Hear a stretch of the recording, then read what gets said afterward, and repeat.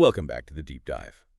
Today we're unpacking what is. Well, it's a massive collision between future tech and current law. It really is. We're looking at the Seedance 2.0 controversy. Right, the huge MPA versus ByteDance fight it's pretty much defining 2026.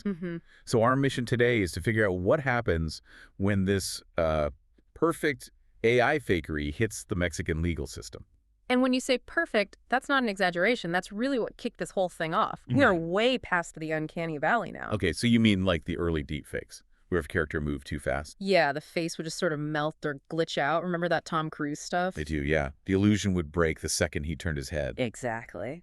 The new tech has what they call character consistency. The pixels hold together, so he moves, he acts, and act.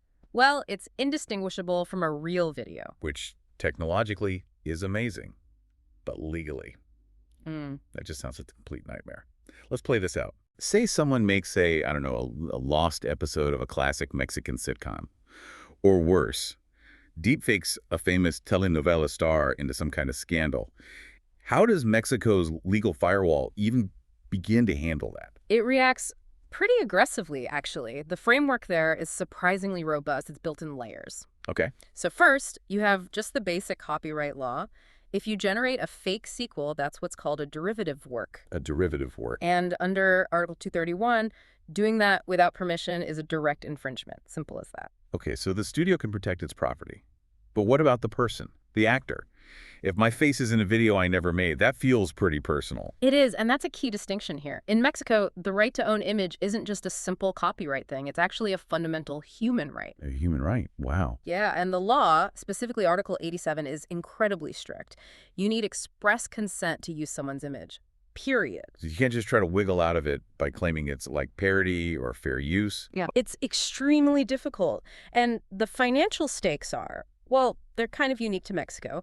If that fake video puts an actor in a compromising spot, say a fake fight or a scandal, they can sue for moral damages. Right. And here's the kicker. Those damages can be calculated based on the infringer's wealth. Wait, hold on. So if a massive company or some rich influencer is the one who made the fake, the payout actually scales up. It scales right up. It could be millions. And since the 2025 reforms, it's not just about money anymore. The law now treats unauthorized replication of a voice or face as a type of identity theft. And that means prison time. Prison.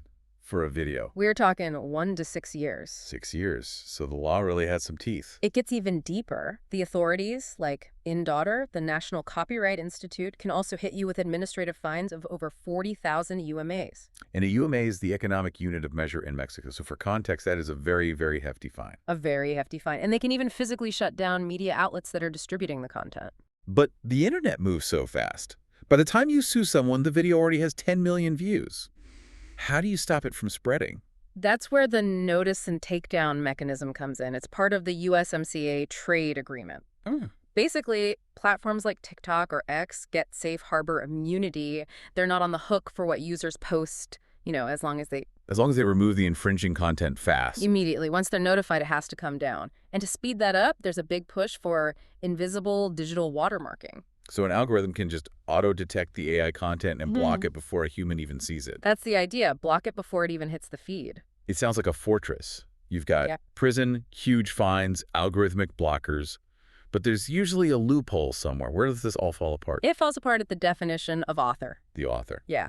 In 2025, the Mexican Supreme Court ruled that works created exclusively by an AI can't be registered for copyright because they lack a human author. And that creates a legal void.